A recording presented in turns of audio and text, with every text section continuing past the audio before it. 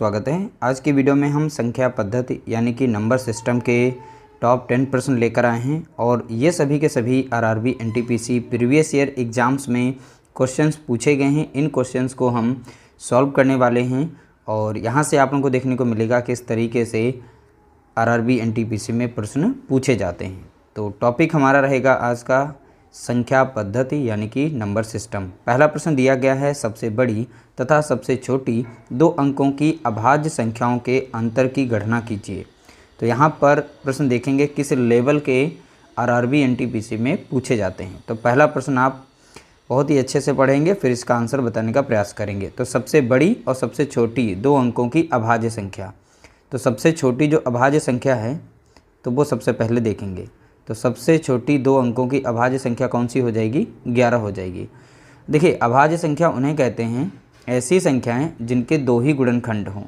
जैसे 11 है तो 11 के कितने गुणनखंड होंगे? दो होंगे। एक तो 1 से कटती है, दूसरा एक स्वयं से कटती, 11 से कट जाती है। इसलिए यहाँ पर इसके 11 के कितने गुणनखंड होंगे? 2। तो ये हमारी अभाज्य संख्या होगी। यहाँ पर दो अंकों की सबसे छोटी है। इसके बाद दो अंकों की सबसे बड़ी अभाज्य संख्या, तो सबसे बड़ी जो है अभाज्य संख्या बतानी है। देखिए 100 से नीचे बताना है। 100 तो हमारी 3 अंकों की संख्या होती है, तो यहाँ पर उससे छोटी आती है 97। कितनी आ जाएगी? 97। तो 97 के भी दो होते हैं गुणनखंड, एक तो 1 से कटती है, दूसरा वो 97 से कटती है। ठीक है, तो इस तरीके से दो अंकों की सबसे बड़ी यहाँ पर अभाज्य संख्या होगी 97। इन दोनों का बोला गया था अंतर की गणना, यानी अंतर तो बड़े से हमें छोटे को माइनस कर देना है। ठीक है, तो यहाँ से देखेंगे 7 से 1 जाएगा 6 बचेगा और 9 से 1 जाएगा 8 बचेगा। तो अंतर कितना निकल के आ गया? तो आपने देखा यहाँ पर 86 आ गया। तो ऑप्शन यहाँ पर डी हमारा राइट आंसर हो जाएगा। अगला प्रश्न दिया गया, 1 से 100 तक की यहाँ पर गिनती में 5 अंक कितनी बार आता है? तो यहाँ पर पूछा गया था कि 1 से 100 तक की जो गिनती होती हैं उसमें 5 अंक कितनी बार आता है, उसकी संख्या बतानी है। तो देखिए, जब भी हम 1 से 100 तक की गिनती गिनेंगे तो पहली बात हम इसका आंसर बता देंगे। डायरेक्टली आप इसका आंसर जो है 20 लगा सकते हैं। तो 5 जो है 1 से 100 के बीच में 5 जो अंक है वो 20 बार आता है। तो वो किन किन संख्याओं में आता है, उन संख्याओं को हम यहाँ पर एक बार लिख के दिखा देते हैं। देखिए 5 में, यानी 1 से 10 के बीच में 5 एक बार आता है, और फिर 11 से 20 में जाएंगे तो यहाँ 15 में एक बार आता है। इसी तरीके से 25 में एक बार आता है, 35 में एक बार 5 आता है और 45 में एक बार 5 आता है। यहाँ तक देख सकते आ सकते हैं। फिर 50 इसके बाद होगी, 50 में एक बार आया। 50 के बाद पूरी 51 से लेकर 59 तक पूरी संख्या में 5 5 एक बार आता है। लेकिन 55 एक ऐसी संख्या जिसमें 2 बार 5 आता है। तो यहाँ देखेंगे 51, 52, 53 और 54 हो जाएगा, 55, 56, 57, 58, 59, 60 नहीं होता है, ध्यान रखिएगा। तो 55 हमारा हो चुका है। अगली संख्या हमारी आती है 65, 75, 85 और 95। अब इनकी संख्या काउंट करेंगे तो आपको यहाँ पर टोटल 20 संख्या मिलेगी। कैसे?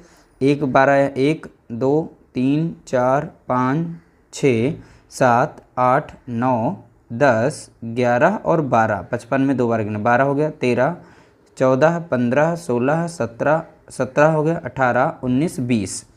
तो 1 से हमने देखा 100 के बीच में 5 कितनी बार आया है? तो आप बताएंगे 20 बार आया है। तो अगली बार प्रश्न पूछा जा सकता है 1 से 50 के बीच में 5 कितनी बार आया है? तो आप यहाँ से काउंट करके पता कर सकते हैं। तो देखेंगे 1 2 3 4 5 5। ठीक है, 1 से 50 के बीच में पूछा गया है। ठीक है, तो यहाँ पर कितनी बार आया है? 5 बार। अगर इसको भी शामिल करें तो 6 बार हो जाएगा। तो लेकिन उनके बीच में बोला गया है 1 से और उसके बीच में, तो यहाँ पर बोलेंगे 5 बार। ठीक है, तो ऐसे आप यहाँ पर गिनकर इस तरीके से संख्याओं को काउंट करके आप पता कर सकते हैं 5 कितनी बार आया है।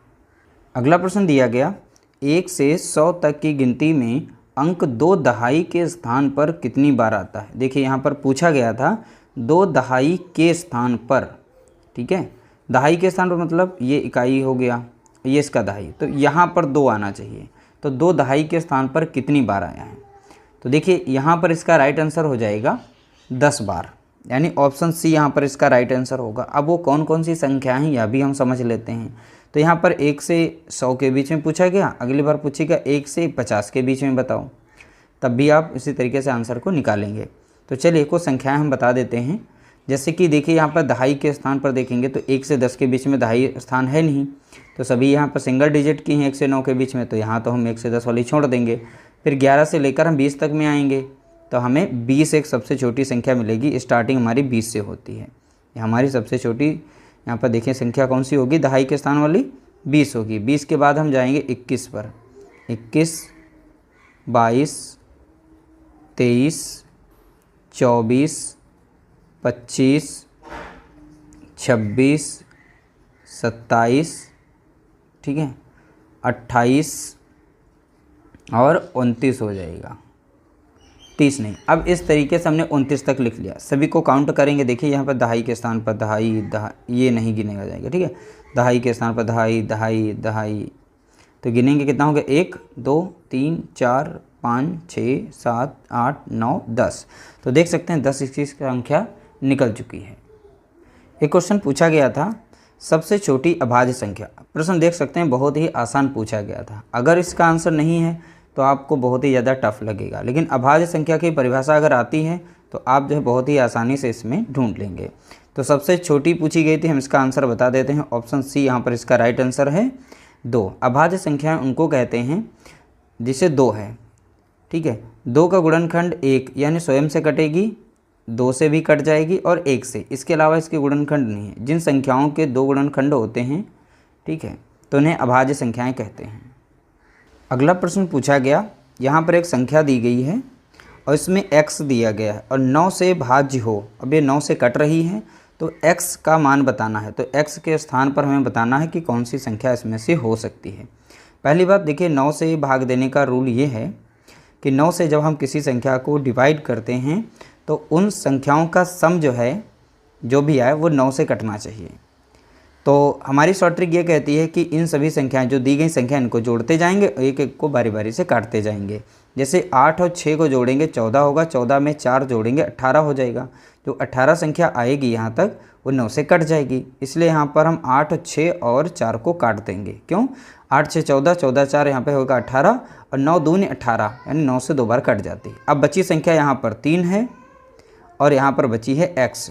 तो इन दोनों के स्थान पर कौन सी संख्या रखें? x के स्थान पर। इन दोनों को जोड़ने पर 9 से कटने वाली हमको संख्या यहाँ पर प्राप्त हो। तो देखिए, अगर 5 रखते हैं इसमें तो 5 3 8 होता है तो 9 से नहीं कटता है। 4 यहाँ रखें, 4 3 7 होता है तो 9 से नहीं कटेगी। 3 रखेंगे तो 6 आएगा, 9 से नहीं कटेगी। अगर 6 को यहाँ पर x के स्थान पर रख दें तो 3 और 6 को जोड़ेंगे कितना आएगा? 9। और जैसे 9 यहाँ पर रखेंगे तो 9 से एक बार में कट जाएगी। 9 कम 9, 9 कम 9 कट जाएगी, ठीक है। तो यहाँ पर x बराबर कितना आ जाएगा? तो आप बताएंगे 6 हो जाएगा इसका राइट आंसर, यानी ऑप्शन ए पहला इसका करेक्ट आंसर होगा। अगला प्रश्न पूछा गया, यहाँ पर भी 2 संख्याएं दी गई थी। ये पूछा जा चुका है, ध्यान रखिएगा, सारे के सारे प्रश्न पूछे जा चुके हैं। आगे ऐसे प्रश्न और भी आ सकते हैं। तो देखिए, यहाँ पर एक संख्या दी गई, p दिया गया 416 और यहाँ पर 11 से विभाज्य हो तो p का न्यूनतम प्राकृतिक मान क्या होगा? तो हमें p का मान बताना है। तो संख्या लिखी गई है p और 416। ये जो संख्या है ये 11 से कट रही है। तो हमें बताएं, देखिए 11 का रूल ये कहता है कि दी गई संख्याएं जो होती हैं, एक को छोड़ करके यानी सम वाली सभी संख्याएं जोड़ लें, आपस में विषम वाले स्थान की सभी जोड़ लें। अगर उन दोनों का अंतर 0 आ जाता है तो वो संख्या 11 से कटेगी, या तो उनका अंतर 11 आए या 11 से कटने वाली कोई संख्या का आए तो वो संख्या जो है 11 से कट जाती है। तो यहाँ पर अगर जोड़ें p और एक को छोड़ कर अगला हो गया 1, तो यानी p और प्लस 1 एक संख्या ये होगी सम करने पर। दूसरी यहाँ पर सम देखेंगे विषम सम वाले स्थान की, जैसे 4 और 6 हम जोड़ेंगे तो यहाँ पर 4 प्लस हो जाएगा 6। अब इन दोनों का सम जो है आना चाहिए कितना? 0 आए या फिर 11 आ जाए, दोनों में से कोई भी आ सकता है। तो यहाँ पर अगर हम इसको जोड़ें तो हमें 10 मिल जाएगा और यहाँ पर अब संख्या को रखिए, देखिए +1 करते हैं। अब यहाँ पर अगर हम 5 को रखते हैं, यहाँ पर पहला ऑप्शन हम चेक करते हैं, 5 रखेंगे तो 5 और 1 कितना हो जाएगा? 6 प्लस का है तो इसमें से माइनस होगा तो माइनस का यहाँ पे कितना मिलेगा, हमें 5 मिलेगा। तो ये तो नहीं हो सकता है। अगला हम चेक करते हैं यहाँ पर बी। अगर 6 को यहाँ पर रखें, 6 को 7 इसमें से माइनस करेंगे, माइनस का 3 मिलेगा। अगर हम 7 को यहाँ पर रखते हैं, 7 1 8, तो 8 है प्लस का इसमें से माइनस होगा तो माइनस का 2 आंसर आएगा, ये भी नहीं होगा। जैसे हम यहाँ पर 9 को रखेंगे, 9 यहाँ पर रखेंगे, 9 एक कितना हो जाएगा 10, और ये प्लस का बनेगा, और इधर माइनस का 10 है तो देखेंगे 9 एक कितना हो जाएगा 10, और ये प्लस का बनेगा, और इधर माइनस का 10 है तो देखेंगे बराबर में कितना आ गया 0। तो हमारा राइट आंसर यहाँ पर क्या हो जाएगा, ऑप्शन डी हो जाएगा, 9 इसका राइट आंसर है। अगर पी के स्थान पर हम 9 रख दें फिर 11 से भाग देंगे तो ये संख्या पूर्ण रूप से कट जाएगी।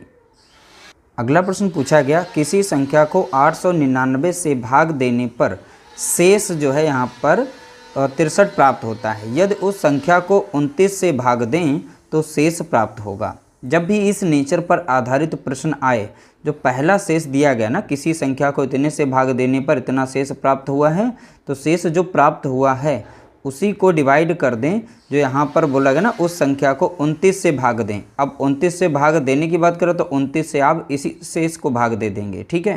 तो ये 2 बार में लग जाएगा, तो 29 दूना होता है 58, कितना होगा 58 होगा। तो यहाँ से माइनस करेंगे तो शेष कितना मिल जाएगा, हमें नीचे 5 मिल जाएगा। तो यही इसका राइट आंसर हो जाएगा। जब भी इस नेचर पर आधारित प्रश्न आए तो आप इसी तरीके से सॉल्व करेंगे, जो भी शेष यहाँ दिया जाए, जिससे अब लिखा जाएगा यहाँ पर उस संख्या को जो है 29 से भाग दें तो कितना मिलेगा, तो जिससे भाग देने की बात करा उससे जो है प्राप्त जो शेष पहला वाला था उसी को भाग दे दें तो आपका आंसर आ जाएगा।